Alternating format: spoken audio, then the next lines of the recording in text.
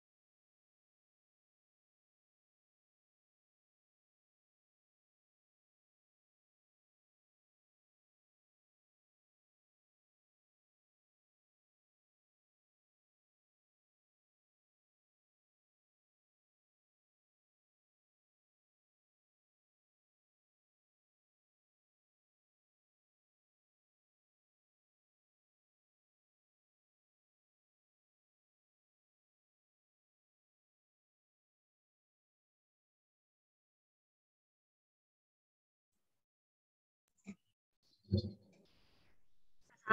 warahmatullahi wabarakatuh. Mulai acara pada hari ini, alangkah lebih baiknya agar kita semua para peserta dan seluruh panitia dapat istighfar bersama. Kepada operator dipersilakan untuk menampilkan tayangan videonya.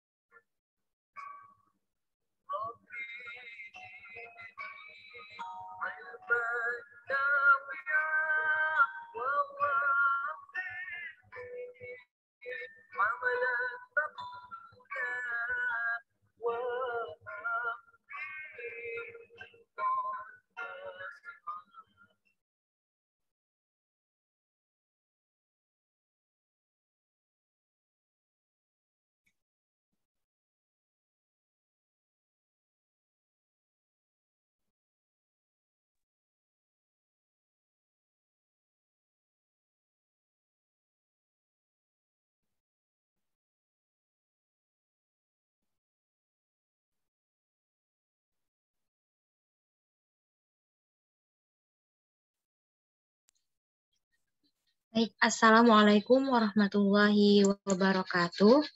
Alhamdulillahirrabbilalamin. Wabihi nasta'in wa ala umuri dunya waddin.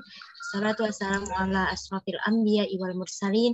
Sayyidina wa maulana Muhammadin wa ala alihi wa sahbihi ajma'in. Amma ba'du. Selamat sore dan salam sejahtera bagi kita semua. Puji syukur kita panjatkan kepada Allah Subhanahu wa Ta'ala, karena berkat rahmat dan karunia-Nya jualah kita dapat berkumpul pada hari ini di ruang virtual Zoom dalam acara KBK atau Kajian Bersama Himatika Real dengan tema Membangun Personal Branding di Mata Allah. Salawat serta salam tidak lupa kita haturkan kepada junjungan Nabi besar Muhammad SAW yang telah membawa kita dari alam kegelapan menuju alam yang terang benderang ini. Sebelumnya, perkenalkan saya Syarifah Anissa Asegaf, selaku pembawa acara pada kali ini mengucapkan selamat datang dan terima kasih atas kehadirannya kepada yang kami hormati Ustadz Wawan Satriawan ST selaku pemateri kajian pada hari ini. Yang kami hormati Saudara Taufik Purrahman selaku Ketua Himatika Real FMIPA Universitas Lambung Mangkurat. Kemudian saya ucapkan selamat datang dan terima kasih atas kehadirannya kepada peserta kajian yang telah berhadir pada hari ini.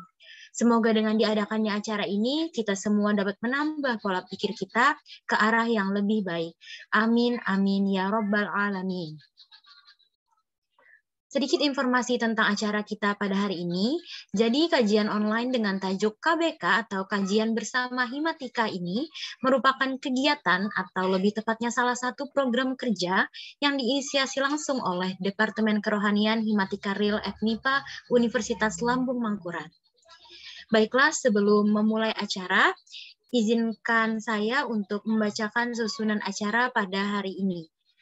Acara yang pertama yaitu pembukaan, yang kedua pembacaan tilawah, yang ketiga sambutan, keempat penyampaian materi dari Ustadz Wawan Satriawan ST, kelima sesi tanya jawab, keenam foto bersama, pembacaan doa, dan penutup. Baiklah, tanpa berlama-lama lagi, marilah kita beranjak ke agenda yang pertama, yaitu pembukaan. Kepada hadirin yang saya hormati, untuk membuka acara kita pada hari ini, marilah kita bersama-sama membaca basmalah. Bismillahirrahmanirrahim. Acara yang kedua, yaitu pembacaan tilawah, yang akan dibacakan langsung oleh Akhi Agung Setio Wiranto. Kepada Akhi Agung, dipersilahkan.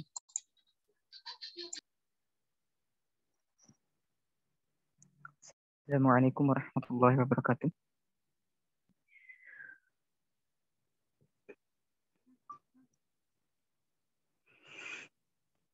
A'udzu billahi minasy syaithanir rajim.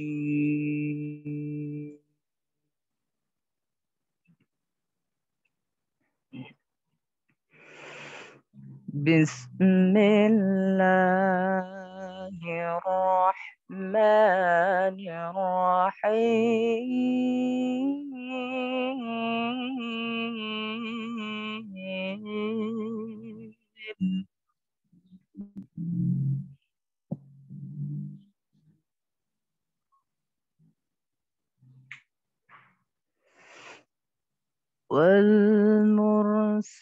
والمرسلات عرفا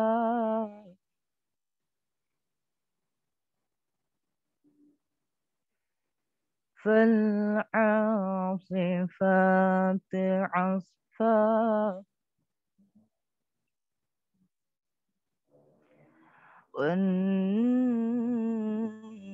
والناشرات نشرا والمرسلات عرفا فالعاصفات عصفا والناشرات نشرا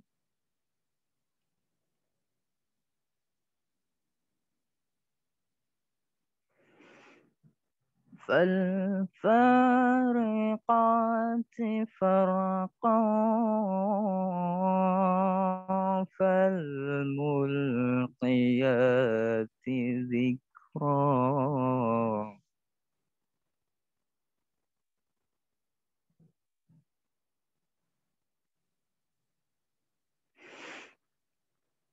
فالفاقرات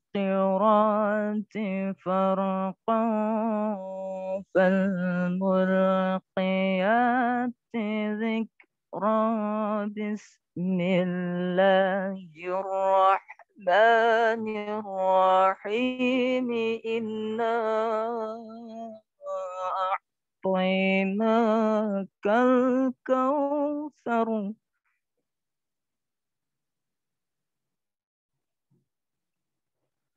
فصل لربك وانحر إن شانئك هو الأبتر بسم الله الرحمن الرحيم إنا أعطيناك الكوثر فصل لربك وانحر إن شانئك هو الأبتر صدق الله العظيم. Assalamualaikum warahmatullahi wabarakatuh. Waalaikumsalam warahmatullahi wabarakatuh. Terima kasih saya ucapkan kepada Aki Agung yang telah membacakan tilawah. Semoga yang membaca dan mendengarkan mendapatkan pahala dari Allah Subhanahu wa Ta'ala. Amin, amin, ya Rabbal 'Alamin. Baiklah, mari kita melangkah ke acara yang ketiga, yaitu sambutan yang akan disampaikan oleh Saudari Nur Aulia Awalia selaku Wakil Ketua Himatika Real periode 2021. Kepada Ukhti Aulia dipersilakan. Baik, terima kasih atas kesempatannya kepada MC. Assalamualaikum warahmatullahi wabarakatuh. Selamat sore semuanya. Yang saya hormati Ustadz Wawan Satriawan ST sebagai pemateri kita pada hari ini. Yang saya hormati kawan-kawan panitia yang telah merancang acara hari ini serta kawan-kawan peserta KBK yang berbahagia. Pertama-tama marilah kita panjatkan puji syukur kehadirat Allah Subhanahu wa Ta'ala, karena dengan berkat dan rahmat serta hidayahnya lah hari ini pada sore hari ini kita bisa berkumpul dari tempat daerah kita masing-masing dalam suatu ruang virtual Zoom ini untuk bersama-sama mencari ilmu, yang dimana tema pada sore hari ini adalah membangun personal branding di mata Allah. Semoga nanti kita bisa mendengarkan paparan materi dari Ustadz Wawan Satriawan. Dengan itu menambah semangat kita dalam beribadah kepada Allah. Serta sholawat dan salam tak lupa kita hanturkan kepada junjungan kita Nabi besar Muhammad SAW, kepada keluarga pengikut beliau hingga yaumul qiyamah. Pertama-tama ulun di sini menyampaikan permohonan maaf dari Ketua Himatika Real karena beliau tidak bisa menghadiri acara pada hari ini dikarenakan beliau sedang tidak enak badan. Semoga beliau cepat sembuh dan bisa berkumpul bersama kita di sini. Acara ini merupakan salah satu program kerja dari Departemen Kerohanian di periode 2021. Harapannya dengan kita mengadakan kajian bersama Himatika Real ini dapat membangun semangat kawan-kawan dalam beribadah kepada Allah serta menjadikan ajang silaturahmi di antara sesama warga Himatika Real, juga kawan-kawan di luar Himatika Real. Dan tak lupa saya ucapkan terima kasih kepada kawan-kawan panitia yang sudah merancang acara hari ini. Semoga acara hari ini bisa berjalan lancar hingga selesai. Mungkin itu saja yang saya sampaikan. Kurang lebihnya saya mohon maaf. Wassalamualaikum warahmatullahi wabarakatuh. Waalaikumsalam warahmatullahi wabarakatuh. Terima kasih kepada Ukti Aulia atas sambutannya. Selanjutnya memasuki acara inti yaitu pemaparan materi oleh Ustadz Wawan Satriawan ST. Sebelumnya, Assalamualaikum Ustadz, bagaimana kabarnya nih? Sehat-sehat aja atau gimana? Waalaikumsalam warahmatullahi wabarakatuh. Alhamdulillah sehat. Terdengar suara saya? Tinggi, dengar, Iya, Alhamdulillah. Alhamdulillah kalau Ustadz sehat-sehat. Semoga kita semua yang berada di ruang virtual Zoom ini berada dalam keadaan sehat selalu dan tetap semangat walaupun dalam keadaan pandemi ini. Baiklah, sebelum kita masuk ke pemaparan materi, saya akan membacakan CV dari pemateri kita hari ini, yaitu Ustadz Wawan Satriawan. Beliau bernama Wawan Satriawan, sarjana teknik. Beliau lahir pada tanggal sebentar, mohon maaf. Saya ulangi, mohon maaf. Beliau bernama Wawan Satriawan, sarjana teknik. Beliau lahir di Polawali Mamasa pada tanggal 10 April 1987, berdomisili di Banjarbaru, Kalimantan Selatan, dan memiliki antusias di bidang lingkungan dan konservasi dan bidang-bidang lainnya yang tertera di layar. Dan beliau juga memiliki mimpi-mimpi mulia yang bisa teman-teman sekalian baca di layar yang telah ditampilkan oleh operator. Ustadz Wawan Satriawan saat ini bekerja sebagai karyawan di PT PLN Persero sejak tahun 2012 hingga sekarang, dan kontak beliau yaitu email dan juga nomor WA tertera di layar. Beliau merupakan lulusan S1 Teknik Sipil di Universitas Brawijaya dengan berbagai pengalaman organisasi yang luar biasa, dapat kita lihat juga pada layar. Dan Ustadz Wawan ini memiliki moto yaitu sederhana dalam sikap, kaya dalam karya. Masya Allah sekali nih. Mungkin dengan dibacakannya kurikulum vitae tadi bisa membantu kita semua untuk sedikit lebih mengenal pemateri kita pada hari ini, yaitu Ustadz Wawan.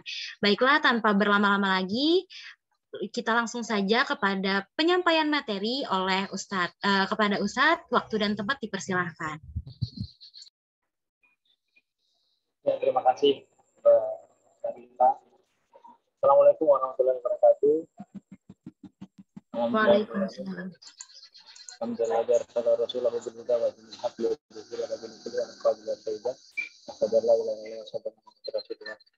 Alhamdulillah pada kesempatan kali ini saya hari ini sebenarnya deg-degan karena mungkin yang tahu Mbak Nur ya, yang saya. Kenapa saya katakan ini? Dari perjalanan awal berangkat subuh tadi sampai dengan sekarang berdoa di perjalanan, ya Allah, tundukkanlah kendaraan ini dan sampaikanlah saya bertemu dengan teman-teman di kita.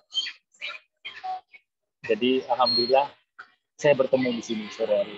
Jadi untuk saya bercerita, saya ini perjalanan dari Kalteng ke Kalbar. Belum sampai di Pontianak, tapi berhenti sejenak mencari sinyal.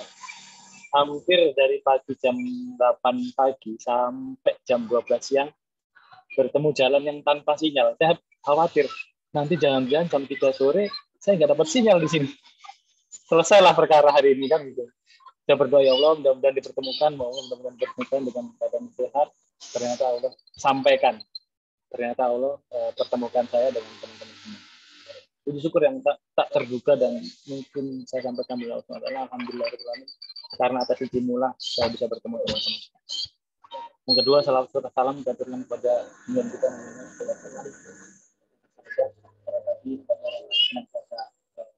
menyerukan kalimatullah. Yang pertama-tama saya ucapkan terima kasih yang saya hormati Ketua Himpunan Matematika ya, FMIPA Universitas Lambung Mangkurat, atau yang mewakili dalam hal ini Mbak Nur Aulia Awaliyah, para panitia dan rekan-rekan semua, salam kenal. Nama saya Wawan, biasanya dipanggil bukan Ustadz ya. Kalau Ustadz itu biasanya kan, kalau sebenarnya artinya Ustadz itu guru. Tapi kalau di Indonesia kebanyakan kan guru yang lebih memahami Islam dan yang lebih baik. Kalau saya katakan, saya mungkin bukan lulusan pondok pesantren Bapak. Biasanya saya dipanggil dengan sebutan senpai. Senpai kalau bahasa Jepangnya itu senior. Padahal sebenarnya saya masih muda ya. Ya, alhamdulillah, teman-teman semua. Pada kesempatan kali ini saya mungkin coba dulu sebentar ya filenya ya. Apakah bisa sebentar.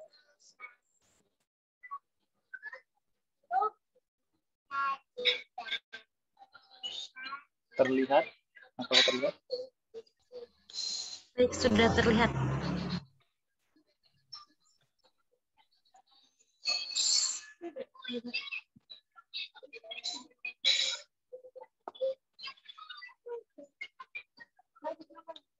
Ya,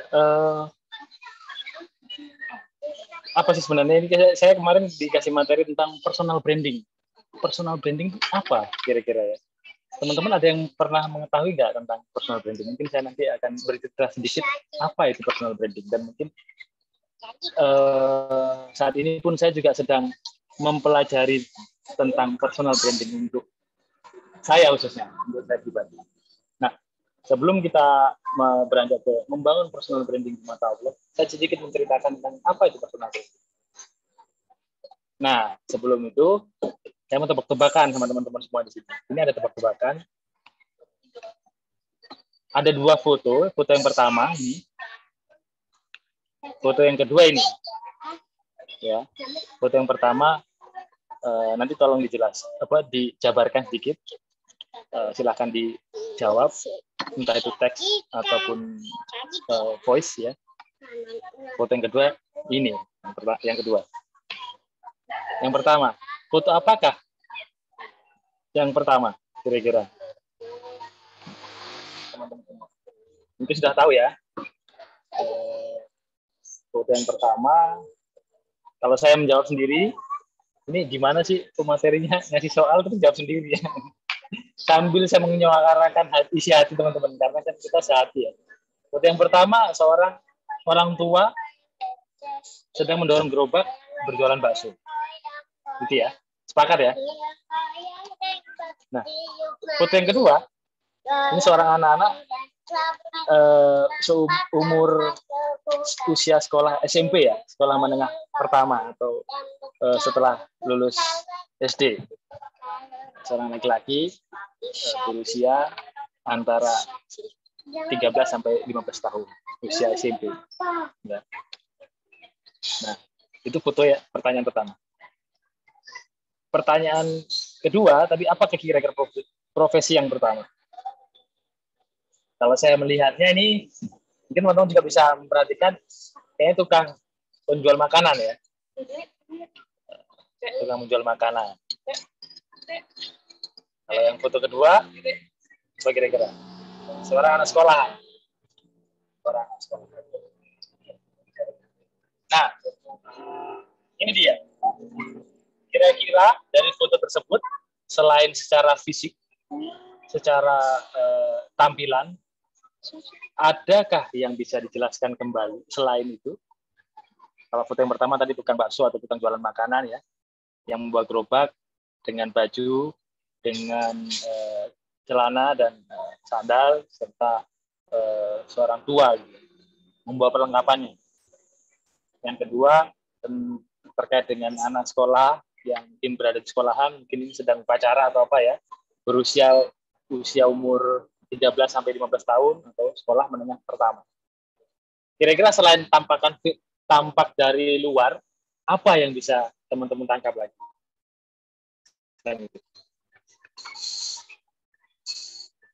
Kalau ada yang bisa menjawab, nanti tulis di chat kolom komentar ya. Nah, ini ada Mbak Nur Aulia, kakek tua dorong gerobak.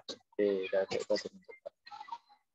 Ini nanti berkaitan dengan apa yang saya sampaikan terkait dengan personal branding, teman-teman semua. Nanti di ujung nanti akan saya jawab semua pertanyaan ini. Ya, semua pertanyaan ini. Nanti akan saya ceritakan foto yang pertama itu siapa, foto yang kedua itu siapa. Nah, selanjutnya tadi tebak-tebakan ya. Nanti kalau memang ada yang mau menjawab siapa tadi dua foto tersebut, nanti tulis kolom chat ketika nanti ada giveaway ataupun ada hadiah, Siapa tahu panitia menyediakan hadiah, nanti kita berikan. Apa itu personal branding? Mungkin saya jelaskan sedikit sebelum ke itu. Pertama adalah memasarkan personal atau orang kepada orang lain. Jadi sebenarnya personal branding itu seperti kalau saya baca di buku tentang psikologi, yaitu memasarkan diri kita kepada orang lain untuk diketahui. Jadi memasarkan personal. Hampir seperti ilmu marketing bagi seorang orang-orang yang mungkin belajar tentang marketing atau meningkatkan penjualan omset bisnisnya. Jadi memasarkan. Intinya personal branding adalah memasarkan person. Nah, kalau dalam marketing itu adalah produk branding. Ya. Tapi kalau personal branding yang dipasarkan adalah person, orang. Orang itu bisa berupa pribadi, diri sendiri, maupun kelompok. Saya mungkin jelaskan sedikit, nanti saya akan.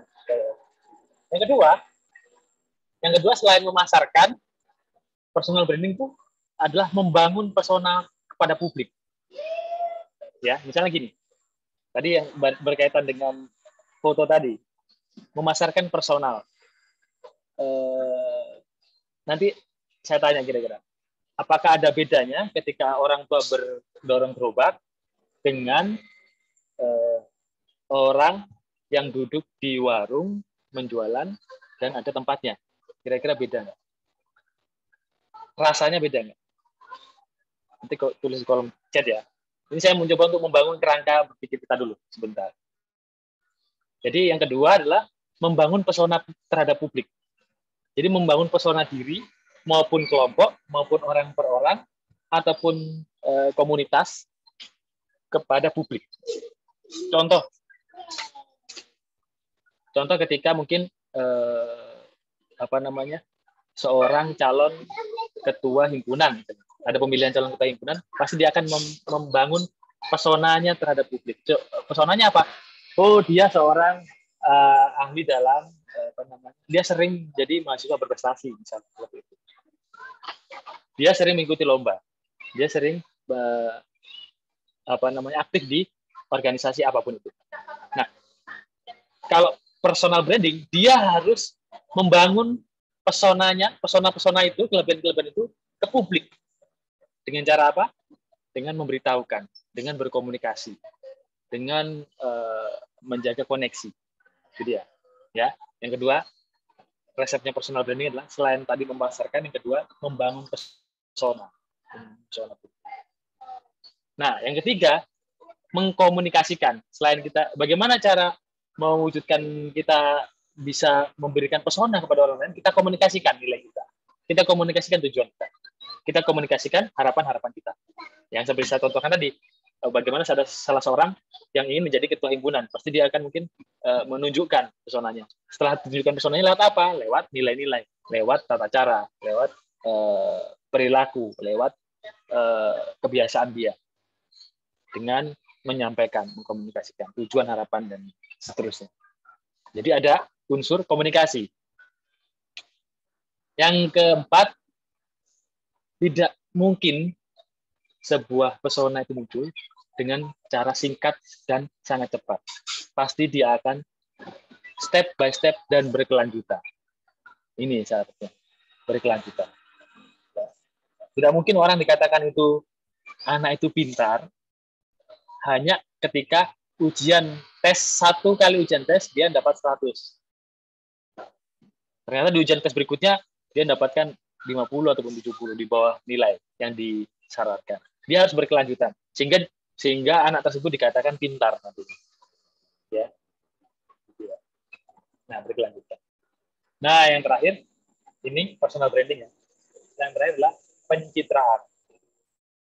Memberikan kesan dan mewujudkan reputasi kita. Reputasinya bisa reputasi bernilai positif, bisa bernilai negatif. Ya, tergantung kita ingin dikenal seperti apa. Jadi kita citrakan diri kita berikan kesan kepada orang lain dan akan menimbulkan sebuah reputasi. Reputasi kita di mata publik, reputasi kita di mata masyarakat, reputasi kita di mata komunitas, circle atau perorangan, gitu ya. Jadi itu ya. ini itu ada arti dari sebuah personal branding. Nah, kalau sampai di penjelasan saya tadi kelima item tersebut, ada yang mau ditanyakan atau kita diskusi, nanti monggo silahkan ditulis di kolom chat ya.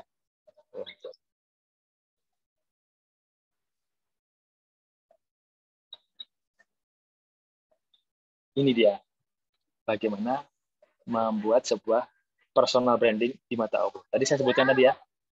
Ada yang ingat? Yang pertama apa tadi? Ulang lagi ya. Memasarkan, membangun persona, ada poin komunikasi, berkelanjutan, dan berkelanjutan. Nah, pertanyaannya adalah, bagaimana kita bisa memiliki personal branding yang baik di mata Allah? Nah, ini yang mungkin perlu kita diskusikan. Kita coba renungkan bersama. Ya. Renungkan bersama. Nah, langkah pertama, ada 4 langkah sebenarnya untuk mencapai sebuah personal branding yang kita inginkan di mata Allah. Jadi, personal branding kita masing-masing orang itu akan berbeda-beda. Yang pertama, langkah pertama yang perlu kita lakukan adalah kenali dan pahami diri sendiri Anda. Kenali dan pahami diri sendiri Anda. Jadi saya ada sebuah kisah. Ini kisah yang saya alami sendiri. Ketika itu saya waktu di kampus, kebetulan waktu di kampus saya ikut berbagai macam organisasi, termasuk himpunan ya, himpunan mahasiswa sipil, HMS namanya, himpunan mahasiswa sipil ya, tahun 2005. Waktu itu saya di bidang akademik dan dipercaya kepada oleh dosen dan akademisi, para akademisi menjadi asisten dosen bidang tugas besar selama 2 tahun. Dan banyak teman-teman yang lain. Ketika itu saya bertemu dengan banyak orang. Singkat cerita, waktu itu saya ketemu dengan orang yang biasa saja, teman kampus saya. Lalu di perjalanan waktu saya membangun sebuah personal branding untuk sebuah kegiatan saya. Yang sering saya yang sering ada dalam hati saya, pikiran saya, bahwa orang-orang yang seperti itu tidak akan pernah mensupport kegiatan-kegiatan yang seperti ini. Contohnya kegiatan-kegiatan, mohon maaf, orang-orang seperti itu dalam artian dia nggak terlalu respect dengan kegiatan-kegiatan positif. Mohon maaf. Ketika saya lontarkan sebuah kegiatan, waktu itu saya menyampaikan kegiatan wakaf Al-Quran untuk daerah pedalaman ke teman-teman. Ternyata orang yang saya anggap, biasa saja itu, ternyata orang yang pertama kali memberikan sumbangsih dalam kegiatan kami. Nah, dari situ saya mempelajari bahwa saya belum bisa mengenali saya lebih dalam. Karena saya tidak bisa mengenali orang lain sebagaimana saya mengenali diri saya. Ya. Jadi, teman-teman semua, ini sebuah pertanyaan. Kira-kira dari sekian banyak ini, teman-teman semua di sini, ada nggak yang sudah memahami kelebihan? Sebutkan 3 kelebihan dari diri Anda dan 3 kekurangan diri Anda. Ya, kira-kira butuh berapa waktu nih? Kalau saya minta disebutkan, atau saya tanyakan saja. Dari sekian banyak ini, mana yang lebih mudah menyampaikan? Kelebihan saya ada berapa, atau kekurangan saya ada berapa? Coba, kira-kira. Dari sekian banyak ini.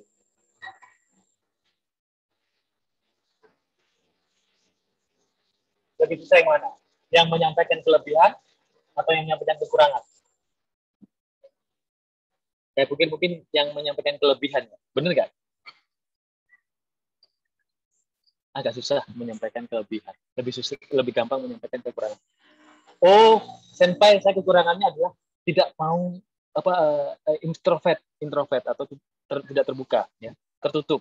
Oh, kekurangan saya adalah pemalu. Oh, kekurangan saya adalah tidak bisa menyampaikan komunikasi dengan baik. Banyak kekurangan saya. Terus kalau tanya kelebihannya apa? Kelebihan saya apa ya?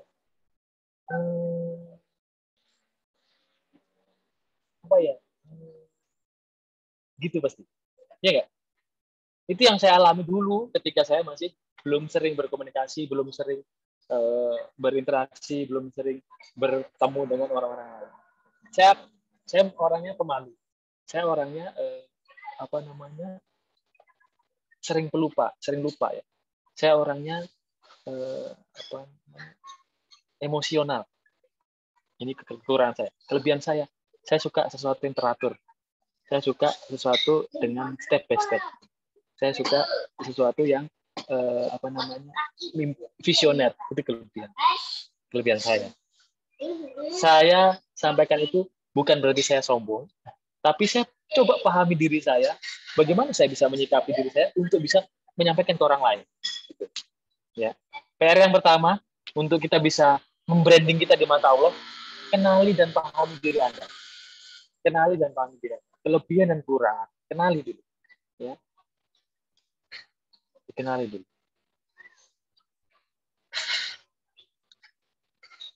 Nah, ini yang perlu kita. Siapa diri saya? Siapa saya? Ini yang perlu kita ketahui. Apa tujuan saya hidup di dunia? Ya. Bagaimana saya harus beraktivitas? Ya? Apa kewajiban saya sebagai manusia? Nah, ini perlu teman-teman pahami. Rekan-rekan pahami. Saya diciptakan untuk apa?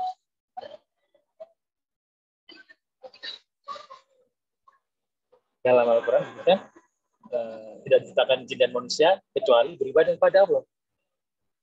Ya. Jadi tujuan kita diciptakan adalah beribadah kepada Allah. Benar nggak? Nah, kalau kita sudah memahami itu, maka kalau sebelum kita memahami itu, kita perlu mengkontemplasi, perlu kita berhubungan sabar, perlu kita berintrospeksi diri, perlu kita berkaca. Kira-kira apa yang menjadi tujuan hidup saya? Kira-kira apa yang menjadi tujuan hidup saya? Dan yang terutama adalah tidak berpura-pura, tidak bohong. Jadi ketika kita berkomunikasi dengan Allah, kita berkomunikasi dengan Sang Pencipta kita, itu tidak pura-pura. Tidak pura-pura seperti ini.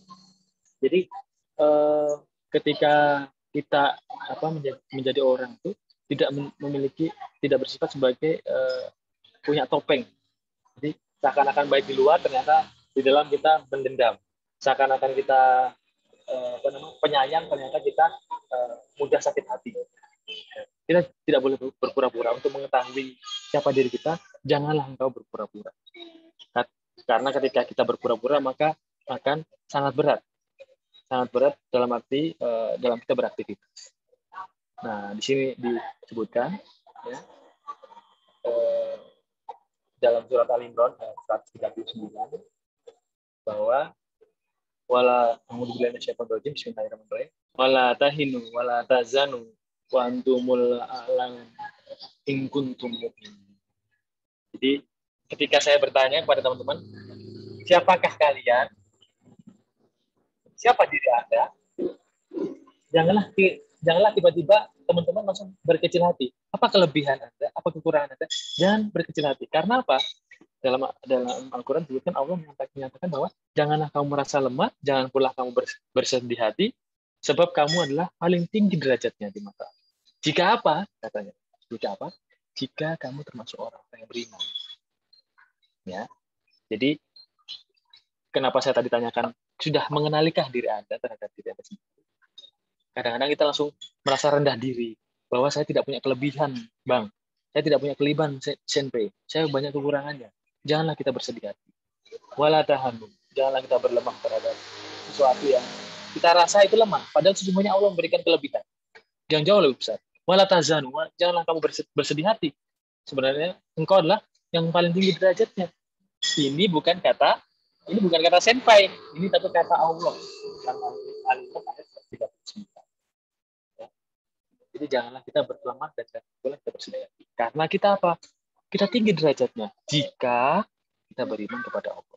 Jika kita mempercayai Allah dan Rasul. Itu tinggi derajat kita di mata Allah. Jadi kelebihanmu apa? Aku beriman kepada Allah. Oleh karena itu kelebihanku. Loh, kenapa kalau sebut itu beriman? Apa kelebihan? Karena tidak semua orang bisa merasakan keimanan kepada Allah. Tidak semua orang. Bahkan seorang pemimpin pun, bahkan seorang yang tinggi ilmunya pun bisa jadi tidak bisa merasakan keimanan. Contohnya presiden-presiden yang non-muslim, orang-orang yang tinggi ilmunya, orang-orang yang terkenal, orang-orang yang punya kedudukan tapi tidak beriman. Sesungguhnya di mata Allah mereka tidak punya derajat yang tinggi karena dia tidak beriman. Ya. Banyak di antara saudara-saudara kita yang mungkin secara harta tidak cukup atau bahkan kurang, secara jabatan tidak ada, tapi ternyata di mata Allah dia jauh lebih tinggi. Jauh lebih. Banyak guru-guru pengaji, orang-orang yang baik hati, yang bersedekah tanpa ada yang mengetahui, yang mungkin bersedekah nasi untuk nasinya dia sedekahkan di hari itu dan seterusnya. Banyak yang tidak kita tahu. Tapi di mata Allah dia lebih tinggi. Ya. Jadi syarat pertama ketika kita ingin memberikan personal branding di mata Allah, kenali diri kita. Siapa diri kita? Teman-teman sudah memahami apa kelebihan dan kekurangan kita dan tujuan kita hidup itu apa? Ya. Tidak diciptakan jin dan manusia kecuali beribadah kepada Allah. Dan disebutkan di surat Al-Imran tadi adalah tinggi derajat kamu jika kamu beriman. Itu yang perlu digarisbawahi. Kelebihan-kelebihan yang lain bisa kita cari. Tapi ketika kelebihan ini tidak kita bisa sampaikan, maka sesungguhnya kita sudah terlena terhadap kelebihan yang mungkin seharusnya kita bisa utarakan. Nah, itu yang pertama ya. Yang pertama adalah who am I? Yang paling diingat ya. Siapa diri Anda? Tujuan apa hidup di dunia? Apa yang kamu ketahui tentang diri kita sendiri? Ya. Untuk memberikan personal branding di mata Allah, kita harus mengetahui. Oke? Selanjutnya, langkah kedua. Nah, yang kedua adalah seperti apa kita ingin dikenal. Jadi personal branding itu ketika kita sudah tahap yang pertama tadi lah, ketika kita sudah tahu siapa diri kita, apa tujuan kita hidup, apa yang jadi kewajiban kita, sudah kita tahu semua itu, sudah clear and clean, nggak ada perdebatan di situ, maka langkahnya yang kedua adalah seperti apa Anda ingin dikenal. Seperti apa Anda ingin dikenal. Ya. Apakah seperti foto dua orang nanti yang akan saya sebutkan, siapa dan bagaimana mereka ingin dikenal, ataukah seperti yang lain? Ini pertanyaan yang simple tapi sangat susah dijawab. Seperti apa Anda ingin dikenal saat ini? Apakah ingin menjadi seorang mahasiswa berprestasi saja? Apakah teman-teman hanya ingin dikenal sebagai seorang pemimpin yang kuat dan punya prestasi saja? Apakah teman-teman ingin dinilai atau dipandang sebagai mahasiswa biasa saja? Ataupun yang lain? Ini penting, pertanyaan ini penting. Karena dari jawaban dari pertanyaan ini adalah menunjukkan kepada kita pribadi bahwa start awal untuk dikenal oleh Allah di sini. Kita ingin seperti apa dikenal oleh Allah? Seperti apa? Apakah biasa-biasa saja ataupun yang lain? Nah, semua adalah pilihan. Semua adalah pilihan teman-teman semua. Itu bukan pilihan Allah. Tapi Allah memberikan kesempatan kepada kita untuk memilih. Ya. Memilih teman-teman mau dikenal sebagai apa. Nanti di penghujung saya akan bercerita tentang seperti apa salah satu figur yang saya mau tampilkan ingin dikenal. Sebuah pilihan, semua pilihan. Sekali lagi, semua pilihan teman-teman. Tidak ada yang memaksakan. Dan sesungguhnya Islam itu tidak ada paksaan. Sesungguhnya itu Islam tidak ada paksaan. Yang benar-benar fix masalah akidah aja tidak ada paksaan. Atau apalagi sesuatu yang ilmu yang mungkin masih kita perdebatkan ya, mengenai personal branding. Nah, ini yang perlu teman-teman dan saya perhatikan juga bahwa dari sekian banyak jawaban saya tadi tentang seperti apa kita ingin kenal, apakah menjadi mahasiswa prestasi, apakah menjadi mahasiswa biasa, apakah menjadi orang yang terbaik. Dari semua itu ada satu inti yang harus kita taruh di atas, seperti apa kita ingin kenal, yaitu menjadi hamba yang taat. Hamba yang taat kepada Allah. Dengan cara apa? Dengan beribadah kepada Allah. Dengan menjauhi larangan. Itu adalah sebuah personal branding kita di mata Allah. Personal branding kita dimulai dengan ibadah hanya kepada Allah. Dan iman kita harus terjaga. Jadi kita pun memahami bahwa al-imanu yazid wa yanqus, ya. Iman adalah naik dan turun. Maka kita diminta oleh Nabi, maka kita diminta oleh Rasul untuk senantiasa berdoa. Ya mukhalibal qulub sabit qulubana ala dinik, ya. Ya Allah yang Maha bolak-balikkan hati, teguhkan aku dalam keimanan. Karena sungguhnya iman itu naik dan turun. Maka itu kita senantiasa berdoa. Ya. Seperti apa kita ingin dikenal? Apa jawabannya? Seharusnya kita ingin dikenal menjadi hamba yang taat. Pertama. Yang kedua, dan seterusnya itu sebuah pilihan. Pun juga sama, hamba yang taat juga sebuah pilihan. Tapi dua dan seterusnya itu bisa duniawi, bisa juga surgawi. Yang penting adalah, yang pertama adalah hamba yang taat. Di sini ada garis bold yang besar, iman harus terjaga. Karena itu kita senantiasa harus berdoa.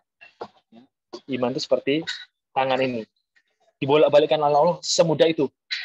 Hari ini iman, detik ini, setelah ini saya menyampaikan materi ini, langsung tidak beriman. Itu sangat mudah bagi Allah. Ya, seperti itulah iman di mata Allah, seperti tangan ini, bolak-balikkan sama Allah akan sangat mudah. Tak butuh waktu 1 tahun, 2 tahun, tak butuh 1 abad, 2 abad, hanya butuh beberapa detik dari Allah, maka itu akan berubah. Oleh karena itu kita senantiasa berdoa kepada Allah. Ya. Itu adalah nasihat dari Nabi kepada kita. Sering-seringlah berdoa untuk menguatkan diri. Nah, ini saya ceritakan ya. Jadi di zaman sahabat dulu ada salah seorang yang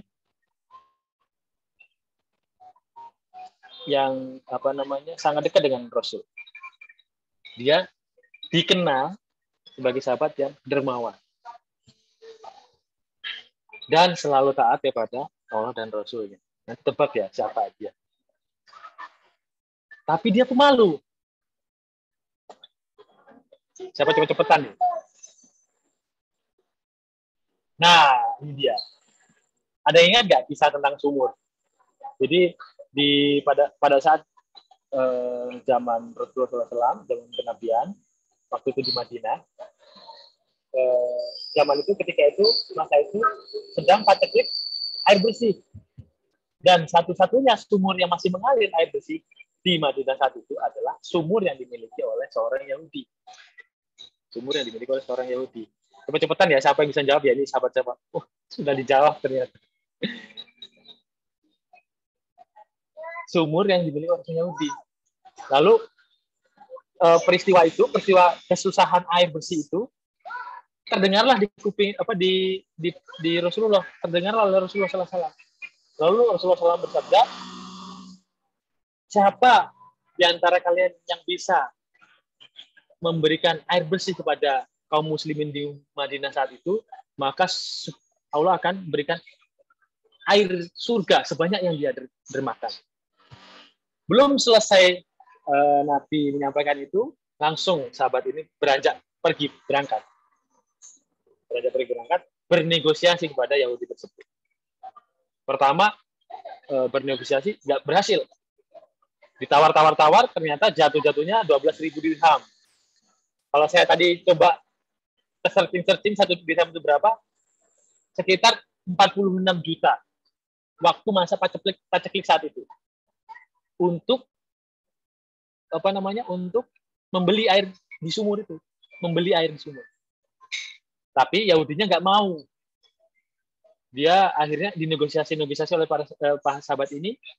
Ya sudah, aku membeli 1 hari diselang-seling. Hari berikutnya milik kamu sumur ini, besoknya milik aku, dan seterusnya. melihat itu si Yahudi ini merasa senang. Karena apa? Sumurnya bukan jadi milik sahabat ini saja. Jadi hari berikutnya jadi milik dia. Tapi akhirnya dibelilah hari Senin, misalnya hari Senin harinya sahabat, hari Selasa harinya orang Yahudi, Rabu sahabat, dan seterusnya. Akhirnya deal. Lalu disampaikan kepada umat muslim di Madinah saat itu, wahai kaum muslimin yang ada di Madinah, para sahabat-sahabatku, ambillah air yang di sumur ini sesuka kalian, dan ambillah air untuk hari ini dan esok hari sebagai cadangan. Gitu ceritanya. Jadi hari pertama gratis nih, diambil semuanya para sahabat dan para masyarakat di Madinah saat itu, umat Islam yang kekeringan saat itu diambil untuk hari ini, hari pertama dan hari kedua. Ini diambil ya, ditampung. Nah, sampai di hari kedua berbayar. Nggak ada satupun orang kaum Madinah mengambil air. Karena apa? Tapi disampaikan pada sahabat tadi bahwa ambillah air hari ini dan untuk cadangan esok. Begitu seterusnya. Akhirnya Yahudi ini merasa, aduh aku rugi kalau kayak gini. Ya sudah, aku jual semuanya deh. Akhirnya dijual sampai dengan sekarang. Air sumur itu masih mengalir. Masih ada. Dulu dikenal dengan sebutan sumur Yahudi. Sekarang diganti sumur Utsman bin Affan. Sahabat yang luar biasa dermawan. Sepupu Nabi, menantu Nabi yang memiliki dua cahaya. Zunurain, yaitu memiliki istri anak Nabi. Dua anak Nabi. Nah, dia adalah sahabat Utsman. Dia ingin dikenal sebagai apa? Sahabat Utsman. Sahabat Utsman tanpa pandang berpikir panjang. Ya saya ingin mewakafkan semua harta saya untuk umat Islam. Dia ingin dikenal sebagai orang dermawan. Dia ingin dikenal sebagai orang yang taat pada Allah. Namun ya, masing-masing orang, saya perlu garis bawahi, masing-masing orang punya karakter. Dan karakter itu tidak bisa diubah dalam waktu singkat. Atau bahkan permanen karakter itu. Karakter psikologis, bukan karakter keinginan ya. Karakter psikologis tidak bisa diubah. Contohnya, kita minta orang yang misalnya nih, orang Sumatera suruh berkata-kata halus seperti orang di Pulau Jawa misalnya gitu. Ataupun orang Sulawesi disuruh berkata-kata slow aja. Susah. Karakter itu susah. Yang bisa diubah adalah akhlak atau perilaku. Kalau karakter. Nah, beliau salah satu karakternya dia pemalu. Biar bagaimanapun pasti sangat pemalu. Bahkan ketika ada pertemuan antara Rasulullah terus dua sahabat yang lain, yaitu Abu Bakar dan sahabat Umar, ketika itu sedang ngobrol bersama Nabi, kainnya Nabi tersingkap sehingga terlihat betisnya. Ketika sahabat Utsman masuk, langsung ditutup sama Nabi. Karena Nabi mengatakan, aku malu kepada sahabat Utsman yang sangat pemalu. Gitu. Jadi itu pemalu. Nah, teman-teman semua, pertanyaan saya tadi ada dua resep tadi ya. Yang pertama tadi apa? Branding di mata Allah. Siapa diri kita, UMY. Yang kedua, apa? Seperti apa Anda ini dikenal? Dan seperti inikah? Atau seperti apa? Ya. Itu adalah sebuah kisah tentang sahabat Nabi, yaitu sahabat Utsman bin Affan. Jadi siapa yang pertama menjawab? Karena pemalu tadi sudah Mbak Nur Aulia. Nanti semua dapat Mbak Nur Aulia semua ini yang jawab. Seperti apa kita ingin dikenal? Itu sebuah pilihan. Sebuah pilihan. Yang ketiga, ada 4 ya yang kita sampaikan nanti. Yang ketiga, personal branding di mata Allah. Seperti apa yang bisa kita lakukan? Ya, tadi who am I? Lalu seperti apa kita ingin dikenal? Yang ketiga, langkah yang ketiga, pahami bahwa di dunia ini banyak kompetitor kita. Banyak kompetitor kita, kompetitor kebaikan gitu. Jadi orang-orang di seluruh dunia ini kan banyak ya. Banyak, miliaran bahkan kompetitor. Pahami bahwa masing-masing kompetitor itu punya kebiasaan, masing-masing kompetitor itu punya keteguhan dalam beribadah masing-masing. Ya, pahami itu dulu. Ketika kita pahami itu, maka agar kita merasa lebih rendah daripada orang lain dalam beribadah. Jadi, agar kita apa? Tujuannya adalah ketika kita memahami di seluruh dunia ini ada miliaran orang yang punya kemampuan dan keteguhan, maka agar kita selalu merasa lebih rendah daripada orang lain dalam beribadah. Dijauhkan dari sifat sombong. Jangan sampai kejadian sombongnya iblis, kita ikut-ikutan meniru. Ya. Ketika itu manusia, iblis, dan malaikat berada di surganya Allah. Ketika Allah memerintahkan untuk sujudlah kamu, maka malaikat bersujud. Sementara iblis tidak mau bersujud kepada Adam. Dia merasa apa? Merasa sombong, merasa lebih baik dalam beribadah kepada Allah, merasa lebih baik dalam penciptaan diri kepada Allah. Karena aku diciptakan dari api, sementara Adam diciptakan dari tanah. Api lebih mulia daripada api, menurut dia, menurut iblis ya. Menurut iblis. Akhirnya apa yang dilakukan Allah? Mengeluarkan iblis dari surga dan mengazabnya dan akan memberikan hukuman di akhir-akhir di akhir dunia ini seperti itu. Dan iblis minta penangguhan agar dia bisa menggoda manusia. Ya, bisa ambil. Nah, seperti dalam surat Al-Furqan ayat 63. Bismillahirrahmanirrahim. Wa ibadur rahman alladzina yamsuna 'alal ardi hauna wa idza khatabahumul jahiluna qalu salama. Adapun hamba-hamba Tuhan yang Maha Pengasih, yaitu orang-orang yang berjalan di bumi dengan rendah hati. Dan apabila orang-orang bodoh menyapa mereka dengan kata-kata yang menghina, maka mereka mengucapkan salam. Jadi Allah mengatakan bahwa hamba-hamba Allah yang Maha Pengasih adalah orang-orang yang berjalan di muka bumi dengan rendah hati. Dengan apa? Dengan rendah hati. Dan apabila ketika itu ada orang yang menyapa dia dengan kata-kata yang menghina, maka hamba Allah yang Maha Pengasih ini menjawabnya dengan assalam, memberikan salam kebaikan. Ya. Jadi itulah yang dilakukan oleh orang-orang hamba Allah Tuhan, hamba Allah yang Maha Pengasih. Jadi yang pertama tadi apa? Who am I? Yang kedua adalah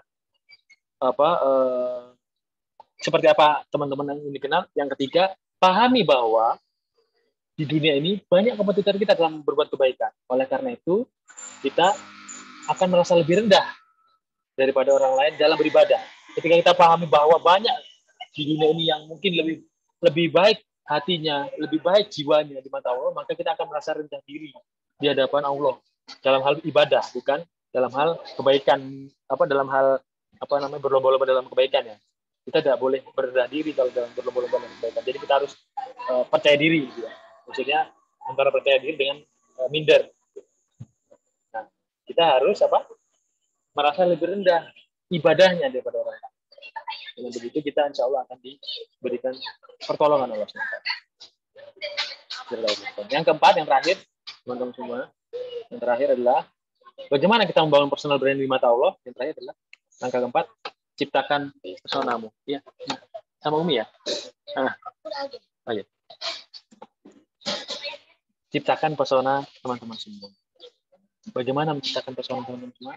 Istiqomah. Ya. Istiqomah. Bagaimana? Karena Allah lebih mencintai amal-amalan ibadah ketika kita sudah mengetahui kita itu untuk siapa, untuk beribadah, lalu kita ingin dikenal seperti apa, kita ingin dikenal sebagai hamba yang taat, lalu yang ketiga tadi, ketika kita memahami bahwa banyak hamba-hamba yang lain di sana yang memiliki cita-cita yang sama, maka kita akan merasa amalan kita masih sedikit. Nah, dengan begitu maka kita akan menciptakan pesona kita. Akan menciptakan pesona kita dengan istiqomah. Jadi kita sudah mengetahui itu semua, maka kita beristiqomah. Istiqomah itu apa? Konsisten. Terus menerus, walaupun sedikit. Mungkin di sini saya ataupun teman-teman semua amalan ibadahnya jauh lebih baik daripada saya ataupun yang lainnya. Tapi ketika kita bisa berkesinambungan sedikit demi sedikit, misalnya yang dulunya mungkin sholatnya masih bolong-bolongnya, coba sholat di rumah 5 waktu, tepat waktu di rumah. Lanjut bertahap sholat di masjid ya subuh aja. Terus bertahap nanti sholat di masjid 3 waktu, subuh, maghrib, isya. Terus begitu aja. Dan seterusnya sampai bertambah. Dan ingat, Allah lebih menyukai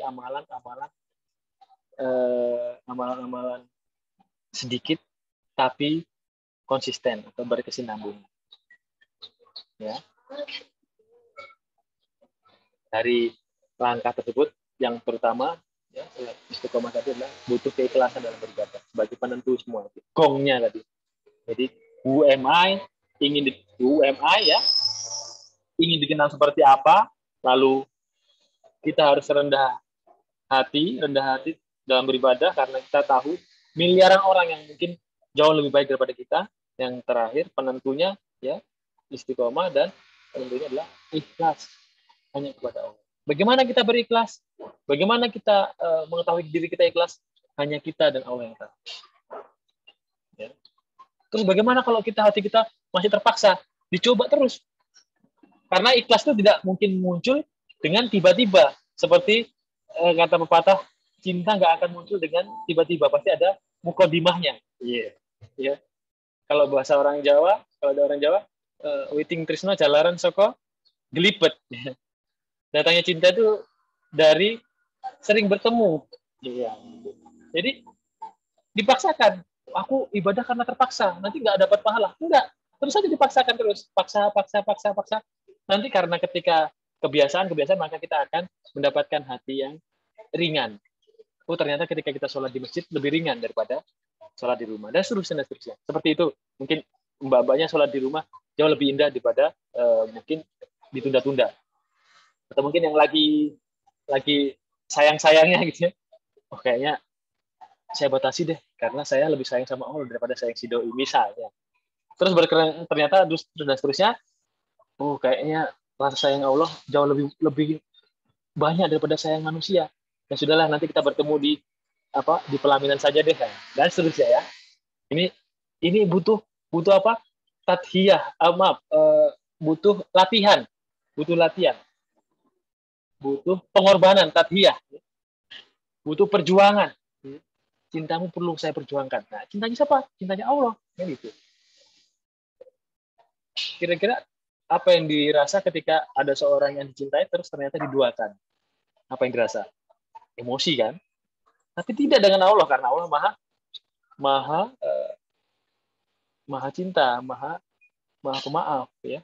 Ketika cintanya dia kepada manusia diduakan oleh manusia dengan makhluk yang lain, Allah maha maafkan ketika hambanya datang dengan dengan mohon ampun kepada Allah. Allah akan ampuni. Ya. Nah, agar ini yang penting dari istiqomah tadi, keikhlasan tadi, agar tidak hanya memiliki citra baik di mata manusia, melainkan citra yang baik di mata Allah. Ini adalah starting point dari personal branding di mata Allah. Agar semua yang kita ingin dikenal oleh Allah ya hanya dinilai baik di mata Allah. Oke, di mata manusia kita bukan siapa-siapa. Kita bukan mahasiswa luar biasa. Kita bukan manusia yang punya kelebihan yang lebih. Tapi di mata Allah, di mata Sang Maha Pencipta, kita adalah segala-galanya. Jauh lebih mulia. Cukup itu saja, ya kan? Saya pikir cukup itu saja. Tidak lebih dari. Ya. Saya ulang-ulang lagi, Bagaimana kita menciptakan personal branding? Yang pertama, who am I? Siapa diri kita? Temukan potensi kita, temukan tujuan hidup kita ya. Who am I? Yang kedua adalah apa tadi? Saya jadi lupa sih. Yang kedua apa? Teman-teman bisa menjawab di chat? Saya tunggu nih. Chat nih. Ini jawab nih.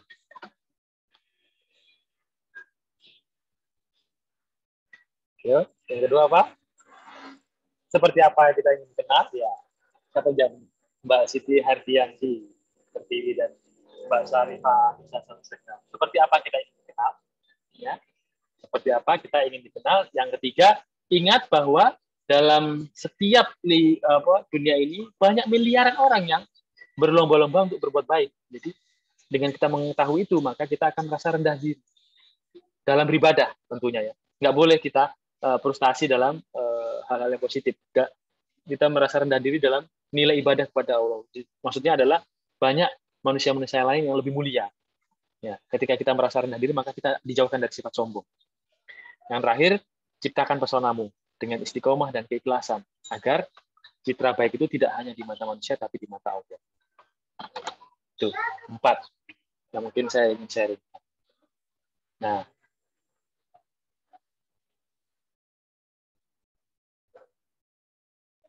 mungkin sambil saya menunggu pertanyaan, sebelum nanti saya tutup dengan cerita 2 model tadi di atas. Dan mungkin saya sedikit mau menyampaikan. Saya sekarang sedang personal branding terhadap kegiatan saya. Boleh ya? Mohon izin ya, Mbak Anissa, sebagai MC saya mohon izin. Ini dia. Baik, silakan Ustadz. Jadi, alhamdulillah saya pun dulu pernah menjadi mahasiswa seperti teman-teman semua. Punya mimpi menjadi orang yang luar biasa, menjadi orang yang bermanfaat bagi orang lain. Punya mimpi lulusnya kapan, punya mimpi menikahnya kapan, punya mimpi istrinya yang seperti apa gitu ya, punya mimpi dan seterusnya. Alhamdulillah saya bertemukan dengan orang-orang yang baik. Jadi dari rumah untuk dunia, berawal dari mimpi saya yang saya pupuk satu persatu, saya tulis satu persatu dalam buku, dalam dinding, dalam kertas. Saya berharap mimpi itu menjadi saksi ketika suatu saat tangan lisan dan tangan, kaki segala macam tidak bisa menyampaikannya. Hanya maaf, ketika lisan tidak bisa berucap, tapi tangan dan kaki yang bisa menyaksikan. Saya ingin membuat itu menjadi saksi. Jadi suatu saat saya bermimpi, sebelumnya saya ditugaskan di seluruh Indonesia. Saya tidak mengetahui kenapa saya ditugaskan di Kalimantan, tapi saya waktu itu bermimpi di tahun 2016 akhir saya bermimpi, karena berawal dari 12 saya sering bertugas di beberapa lokasi di daerah-daerah di seluruh Kalimantan. Sekarang tiga Kalimantan besar. Karena saya pindah tugas dari Banjarbaru, sekarang pindah ke Pontianak. Dan perjalanan hari ini perjalanan darat ya, dari Banjarbaru, Palangka sampai ke Pontianak. Saya tempuh kemarin sampai dengan sekarang. Nah, dari situ saya bertemu dengan orang-orang baik, saya bertemu dengan musola. Ternyata banyak di antara lokasi-lokasi tersebut jarang memiliki Al-Quran. Sehingga saya dan istri bermimpi suatu saat seluruh ataupun hampir sebagian besar wilayah pelosok di Kalimantan akan saya datangi. Dan Allah memberikan mimpi itu saat ini. Allah menunjukkan mimpi itu saat ini. Alhamdulillah saya sudah mengarungi Kalsel-Kalteng dengan program wakaf Al-Quran dan kisah teladan Nabi. Karena berawal dari perjalanan hidup saya, bekerja di pelosok-pelosok, melihat musola, melihat tempat TPQ, tidak ada yang namanya buku kisah teladan Nabi. Buku Nabi itu sangat-sangat jarang.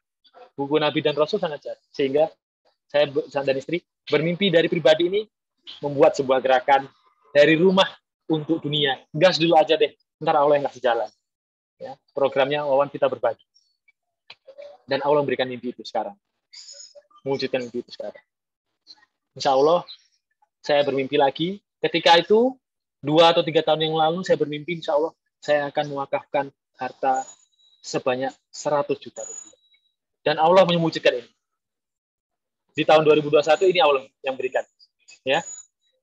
Jadi Allah berikan. Ada 566 Al-Quran yang kami sampaikan di Kalsel dan Kalbar saat ini. Karena saya Kalbar baru pindah ya. Waktu itu saya bermimpi 100 juta untuk tahfilan. Allah berikan ini. Berikan 105 juta. Waktu itu saya berpikir, sayang saya mimpi saya terlalu kecil. Kenapa mimpi saya kecil? Dan sekarang, detik ini, ini bagian dari saya untuk memantaskan diri di hadapan Allah ya. Ketika ada teman-teman, mungkin rekan-rekan ingin sharing dengan saya ingin ceritain. Ini dalam rangka saya ingin memantaskan kepada Allah bahwa insya Allah saya pantas menerima amanah yang lain. Dan dari sini, detik ini, beberapa bulan yang lalu saya bermimpi lagi. Saya perbaiki mimpi saya itu, saya akan wakafkan Al-Quran dan buku kisah teladan Nabi 1 miliar untuk Kalimantan. Insya Allah 2 tahun lagi. Insya Allah 2 tahun lagi Allah berikan amanah itu. Waktu itu saya bermimpi 100 juta. Dan Allah berikan ini. Saya menyesal mimpi saya sangat kecil saat itu. Dan sekarang saya tambah mimpi itu 10 kali lipat. Dan Allah bisa memberikan kepantasan bagi saya dan keluarga untuk bisa mewujudkan itu. Oke, teman-teman semua. Let's brand your person. Ya. Let's build your branding. Karena sekaranglah Anda bisa membangun personal branding di mata Allah. Bukan nanti. Karena nanti itu masih rahasia Allah. Kalau sekarang, milih Anda. Oke? Let's build your branding, guys. Itu mungkin ya.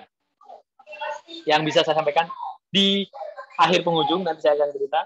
Silakan kalau misalnya ada yang ditanyakan, monggo.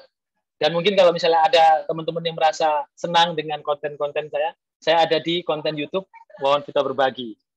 Wawan Kita Berbagi official, nanti bisa dicari di situ. Subscribernya masih insya Allah baru 400-an. Nanti insya Allah akan bertambah mudah-mudahan ketika mungkin ada teman-teman yang merasa baik konten ini. Mungkin itu ya, teman-teman semua ya. Jadi ingat, waktu sekarang adalah waktu Anda. Besok itu rahasia Allah. Sekaranglah saatnya untuk membranding diri Anda di mata Allah SWT. Terima kasih. Saya serahkan dulu ke MC untuk tanya jawab. Mbak Anissa, dipersilakan kalau misalnya ada yang tanyakan. Baik, jazakallah khair Ustadz atas materi yang luar biasa tadi. Kepada peserta sekalian, mungkin saya akan menyimpulkan atau menyampaikan poin-poin penting terlebih dahulu dari materi yang telah disampaikan. Jadi personal branding adalah memasarkan dan membangun personal kepada publik serta mengkomunikasikan nilai, tujuan, dan harapan seseorang. Tadi seperti yang Ustadz katakan ada 4 langkah untuk membentuk personal branding. Yang pertama adalah kenali dan pahami diri sendiri, baik kekurangan maupun kelebihan kita. Jika memiliki kekurangan, maka jangan bersedih hati karena pada surah Ali Imran ayat 139, manusia yang beriman memiliki derajat yang paling tinggi. Langkah yang kedua adalah pilihlah seperti apa kita ingin dikenal. Jika kita ingin dikenal sebagai hamba yang taat, maka kita harus menjaga iman kita agar senantiasa berada di jalan kebaikan. Langkah ketiga yaitu pahami bahwa kompetitor itu memiliki keteguhan iman yang lebih baik agar kita merasa lebih rendah dalam hal beribadah sehingga lebih bersemangat untuk mencapai yang lebih lagi. Dan terakhir, langkah keempat adalah ciptakan pesona kita semua dengan istiqomah terus-menerus meskipun sedikit agar tercipta citra yang baik tidak hanya di mata manusia namun juga di mata Allah.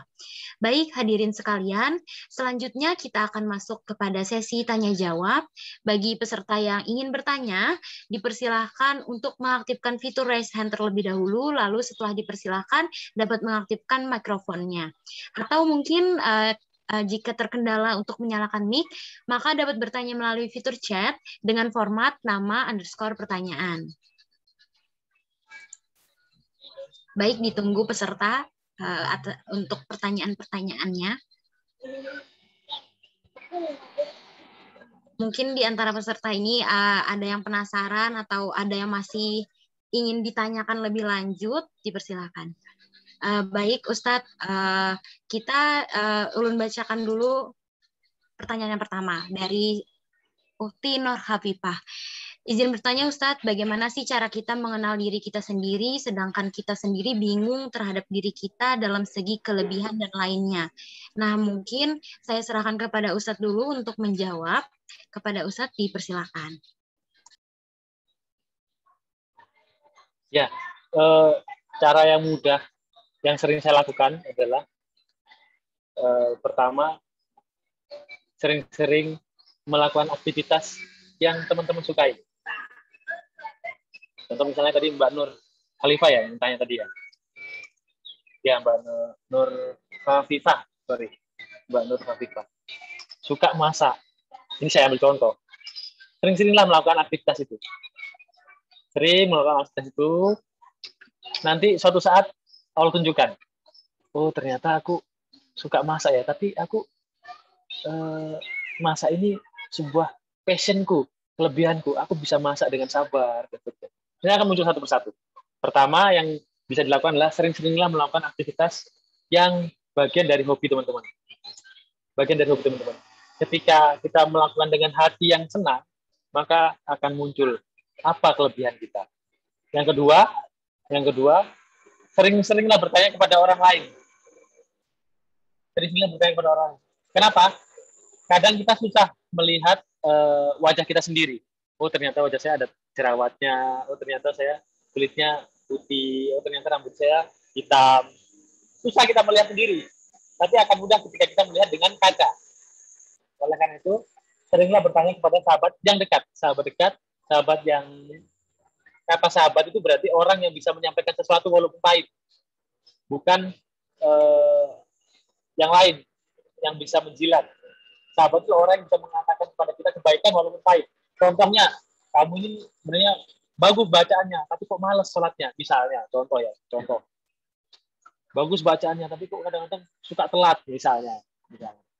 Kalau sahabat adalah orang yang memberikan kebaikan walaupun itu pahit. Nah, itu dua aja. Sering-sering melakukan aktivitas hobi, sering di sini. Yang kedua, bertanyalah kepada sahabat yang dia tidak hanya penjilat tapi memberikan masukan kebaikan. Insya Allah ketika kita bertanya, maka kita akan segera menemukan itu. Dan jangan khawatir Mbak Nur Khafifah itu, saya pun menemukan kelebihan saya secara optimal itu ketika saya punya sahabat hati sekarang. Waktu dulu belum punya sahabat hati. Jadi bersegeralah punya sahabat hati yang halal ya. Disitulah yang sering bisa mengetahui kita ya, ketika kita ngobrol dengan kekasih hati kita, istri kita, atau mungkin kalau perempuan suami kita, maka dia akan memberikan feedback yang baik. Oh, kamu ini sebenarnya pinter, tapi kayaknya gini, dan pasti gitu. Nggak mungkin ditutup-tutupi. Kalau ditutupi nanti uang belanjanya kurang ya, enggak ya.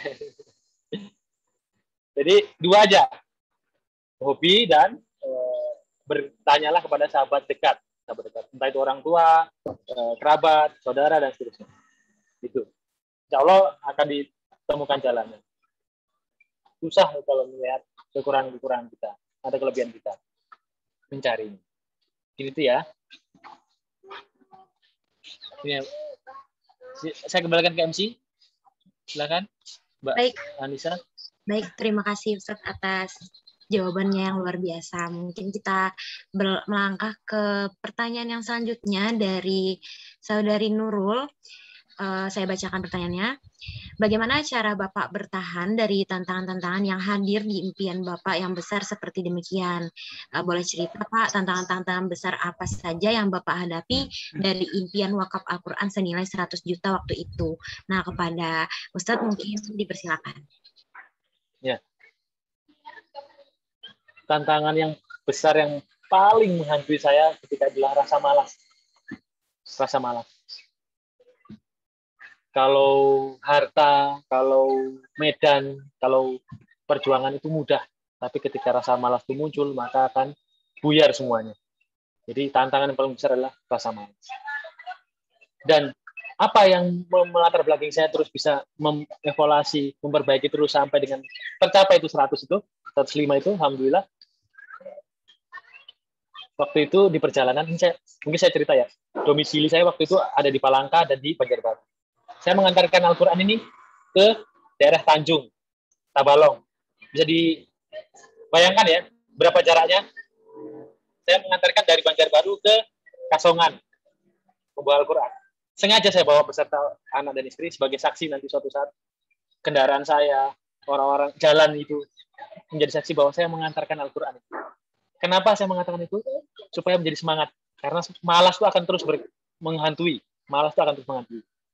Ya. Saya mengantarkan Al-Quran ke Tumbang Bulan. Kalau mungkin teman-teman ada yang tahu di daerah Katingan. Masuk. Jadi perjalanan darat 8 sampai 9 jam perjalanan laut sungai 3 jam baru sampai di Tumbang Bulan di daerah Katingan.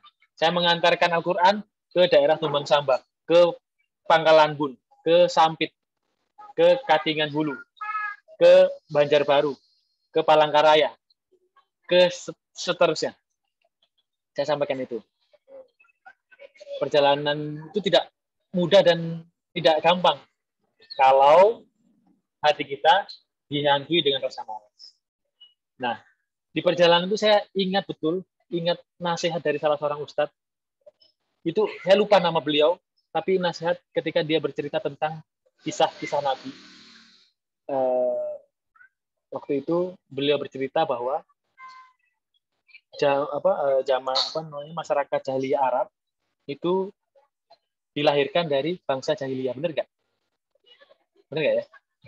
Lalu Al-Quran diberikan kepada bangsa itu.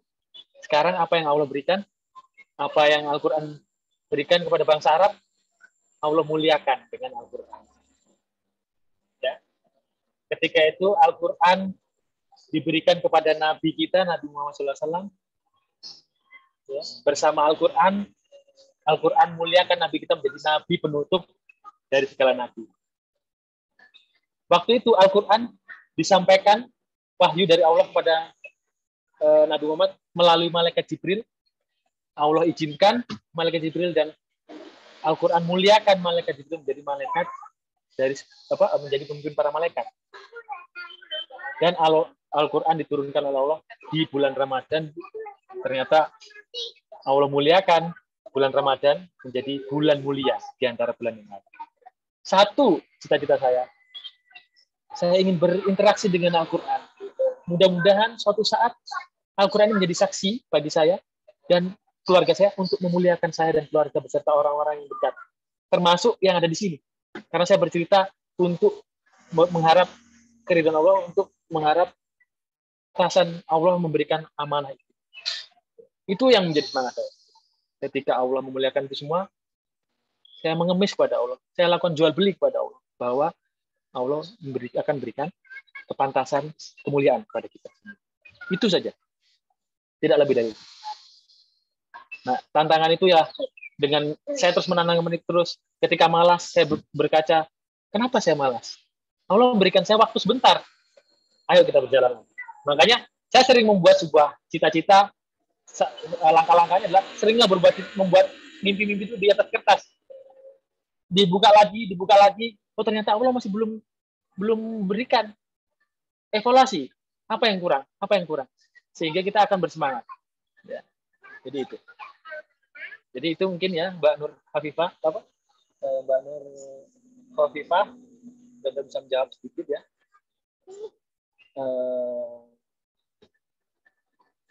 Dan insya Allah ketika saya nggak menyangka bahwa saat ini sudah diberikan 105. Pada waktu itu saya bermimpi 100 juta aja. Ternyata Allah berikan lebih dari itu. Akhirnya saya evaluasi. Saya perbaiki mimpi saya. Wah, berarti terlalu kecil di mata Allah. Saya bikin aja lah 1 M. 2 tahun lagi, insya Allah. Kalsel, Kalbar, dan Kalteng saya akan berikan Al-Quran dan setelah dan. Terus gimana caranya, Bang? Terus gimana caranya sampai? Allah yang ngatur. Saya punya Allah. Saya mau jual beli dengan Allah. Allah yang ngatur. Saya punya Allah. Allah yang maha besar. Kita punya Allah. Allah yang maha besar. Terus gimana caranya? Allah yang ngatur. Tanya lagi. Terus gimana caranya? Allah yang ngatur. Bang, lu kok jawabnya itu terus? Allah yang ngatur. Slow aja, Allah yang ngatur. Ya, itu yang menjadi semangat saya. Jadi ketika insya Allah saya bermimpi, saya perbaiki mimpi itu 1M, Allah yang ngatur. Gas dulu aja, ntar Allah yang ngasih jalan. Ya, gitu. Mungkin itu yang bisa saya jawab. Silakan. Baik. Baik, terima kasih kepada Ustadz yang telah menjawab pertanyaan dari Saudari Nurul. Selanjutnya saya akan membacakan pertanyaan ketiga yang mungkin menjadi pertanyaan terakhir bagi para peserta, yaitu dari Siti Hardianti Pertiwi. Assalamualaikum Ustadz, izin bertanya bagaimana caranya agar kita bisa lebih ikhlas dalam menerima suatu keadaan. Nah, mungkin dipersilakan kepada Ustadz untuk menjawab. Ya. Ikhlas sesuatu yang sangat berat, tapi saya mencoba menjawab. Menerima sesuatu keadaan ketika kita mendapatkan nilai yang buruk, sering-seringlah berkaca bahwa melihat ketika kita menerima sebuah masalah, lihatlah ke bawah. Ketika kita menerima sebuah kebahagiaan, lihatlah ke atas. Itu saja resepnya. Ketika kita sudah mendapatkan musibah mungkin harta kita dicuri orang, lihatlah ke bawah, ternyata masih ada orang yang belum bisa makan hari ini. Ketika kita diberikan karunia oleh Allah sebuah jabatan misalnya seperti itu, lihatlah ke atas, ternyata banyak lagi orang-orang yang lebih baik daripada kita, sehingga kita dijauhkan dari sifat sombong dan kita dijauhkan dari sifat rendah diri atau jauh dari pertolongan dari Allah SWT. Itu saja, supaya kita bisa ikhlas menerima keadaan. Mungkin di penghujung izin Mbak Anissa, nanti saya share screen lagi. Baik. Di akhir. Baik, dipersilakan Ustaz.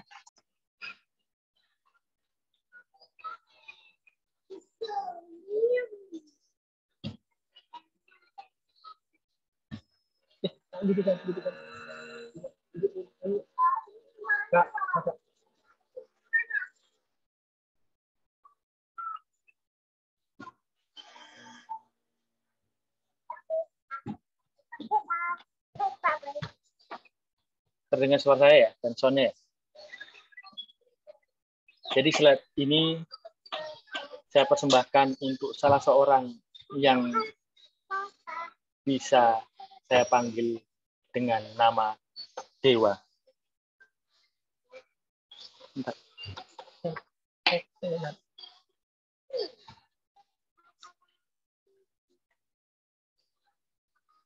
Panggil aku Dewa.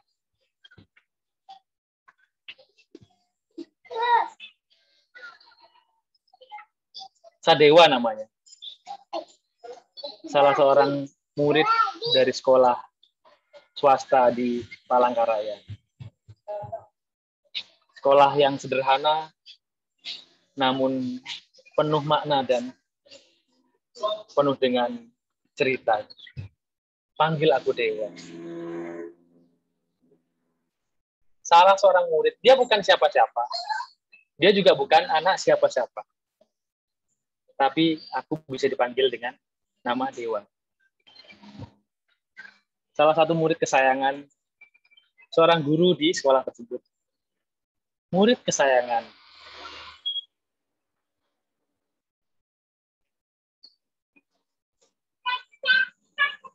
Tapi Dewa adalah murid yang berbeda.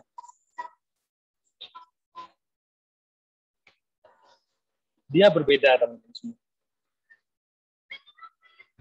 Dia slow learner. Teman-teman tahu nggak slow learner itu apa?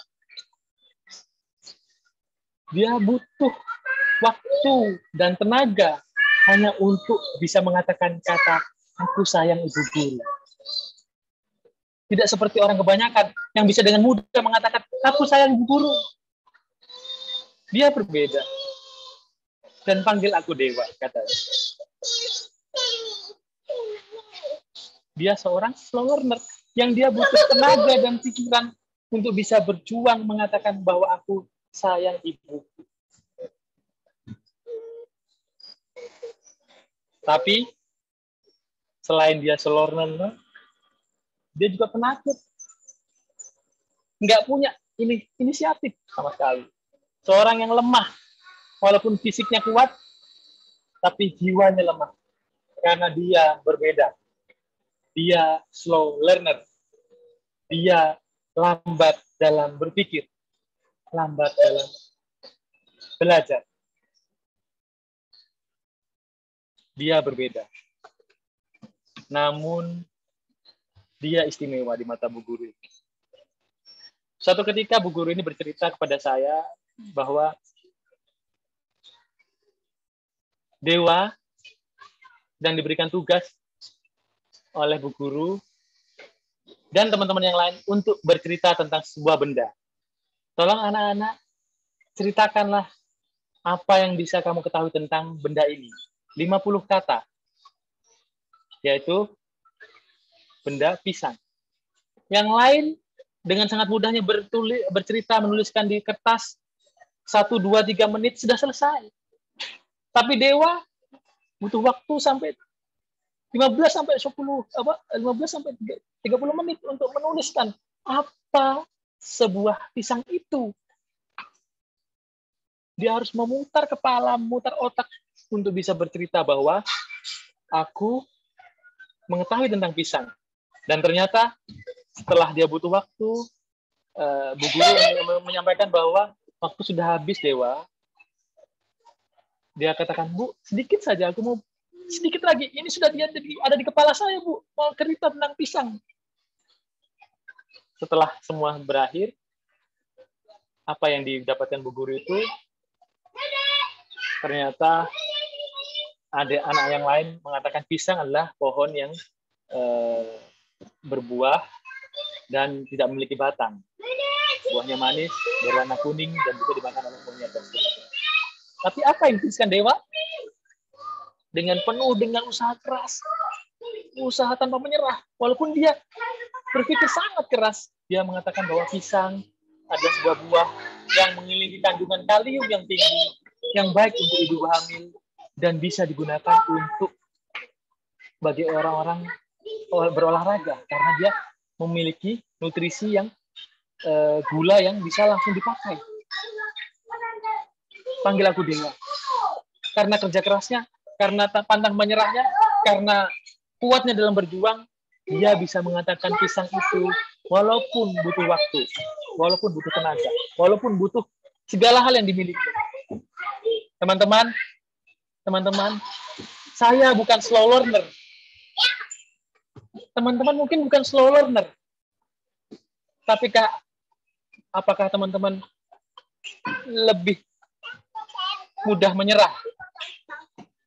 Lebih gampang lemah dalam menerima ujian? Atau tidak mau berjuang? Teman-teman, saya bukan slow learner. Tapi saya mudah menyerah. Tapi saya tidak sabar dalam ujian. Tapi saya selalu negatif thinking kepada orang. Saya bukan slow learner. Saya malu terhadap Dewa. Dan panggil aku Dewa. Hari ini, kita bukan slow learner, tapi kita belajar sama Dewa. Tentang arti sebuah positive thinking, pantang menyerah.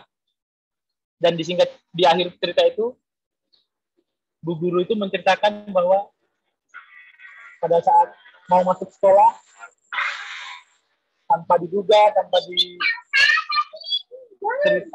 diperhatikan, ternyata ada satu orang yang mendatangi guru itu dan menyampaikan bahwa, Bu, saya bawakan buku jurnal itu.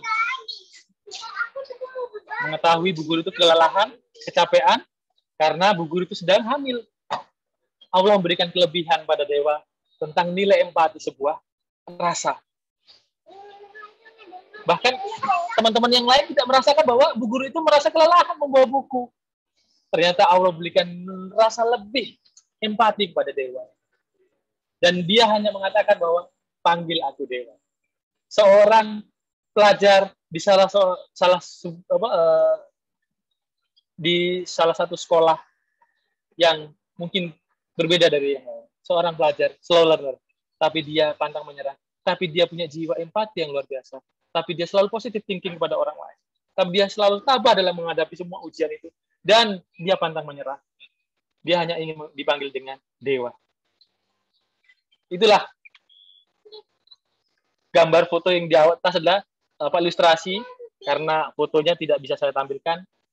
Itulah Dewa. Seorang slow learner yang memberikan saya hikmah bahwa ternyata jangan sampai kita pantang menyerah, jangan sampai kita lupa empati, jangan sampai kita negatif thinking. Karena banyak saudara-saudara kita, miliaran orang di sana yang memiliki personal branding yang indah di mata Allah, selayaknya seorang dewa.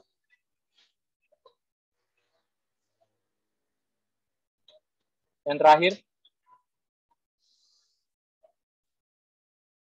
dia adalah Pak Sugiono Mitoharjo, seorang penjual bakso di Pulau Jawa. Pak Sugiono adalah orang yang bermimpi mencintai Allah dan Rasul. Dia tidak punya harta yang berlebih. Dia hanya seorang tukang bakso. Tapi dia bermimpi suatu saat, aku ingin bertemu Allah di rumah Allah, di Makkah Al-Mukarram. Dan aku ingin bertemu dengan Rasulullah di makam Rasulullah. Ternyata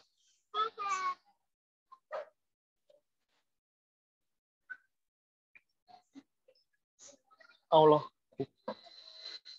berikan mimpi itu. Pak Sugiono menyisihkan uang untuk bisa berangkat haji.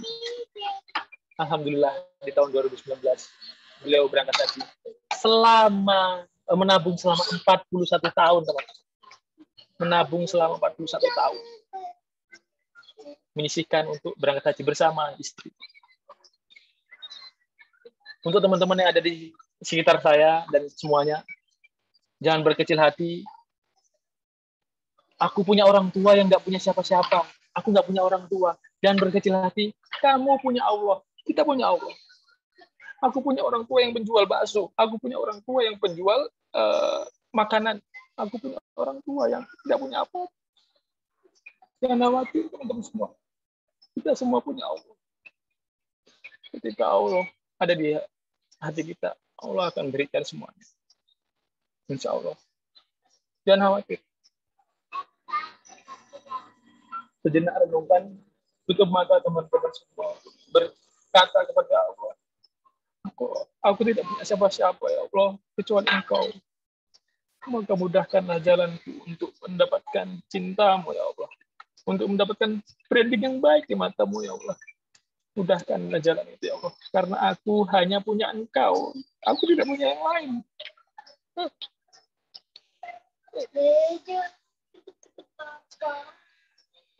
Aku punya Allah. Hanya itu saja yang kita punya. Jadi bersemangatlah. Wahai teman-teman semua, jangan pantang menyerah, terus berjuang, karena kita semua punya Allah. Terima kasih. Mohon maaf ketika ada yang kurang berkenan. Jadikanlah cintanya sebagai pena masa depanmu, teman-teman semua. Sambut masa depanmu, namun biarkan Allah menjadi penghapusnya, untuk menghapus kesalahanmu dan memperindah jalan hidup. Waalaikumsalam, kurang lebih mohon maaf. Assalamualaikum warahmatullahi wabarakatuh. Waalaikumsalam warahmatullahi wabarakatuh. Terima kasih kepada Ustadz Wawan yang telah menyampaikan materi yang luar biasa. Dengan berakhirnya sesi penyampaian materi pada hari ini, maka berakhirlah acara inti pada hari ini juga. Semoga kita dapat menyerap dengan baik materi luar biasa yang telah disampaikan oleh Ustadz tadi, dan juga dengan adanya renungan muhasabah diri, kita dapat memetik pesan yang telah disampaikan beliau. Amin, amin ya rabbal alamin. Baik, selanjutnya kita masuk pada sesi foto bersama. Kepada seluruh peserta diharapkan untuk menyalakan kameranya agar dapat didokumentasikan.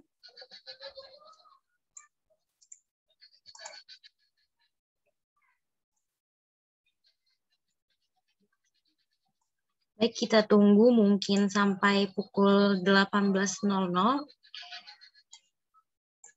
Untuk peserta dipersilahkan menyalakan fitur kameranya.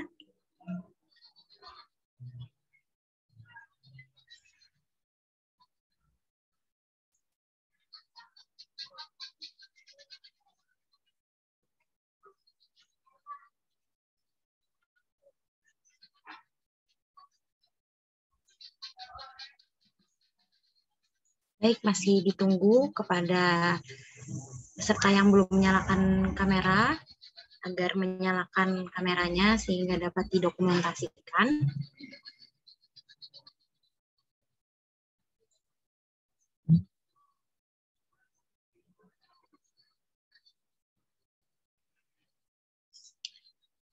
Baik, mungkin sudah bisa didokumentasikan ya. Akan saya beri aba-aba. Pada hitungan ketiga akan saya screenshot. 1, 2, 3. Kita foto 3 kali, jadi ini foto yang kedua.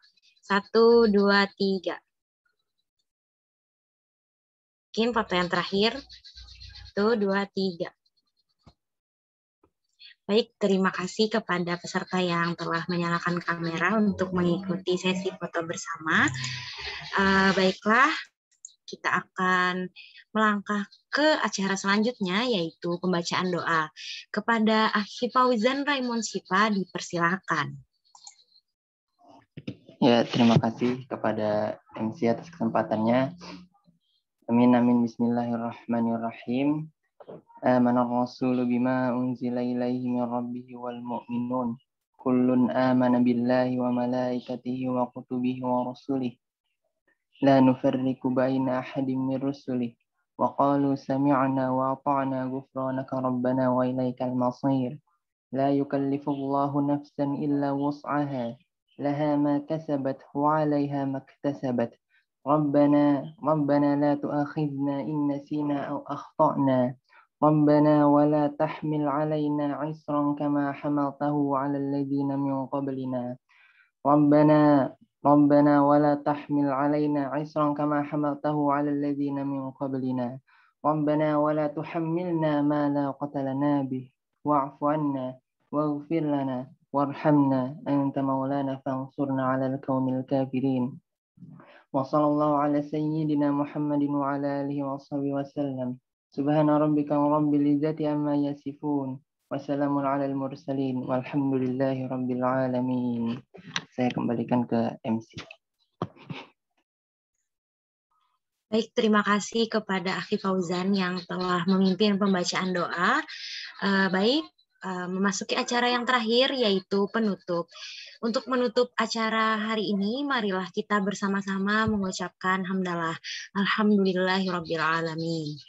Terima kasih kepada narasumber dan para peserta yang telah menyimak dari acara dari awal sampai akhir.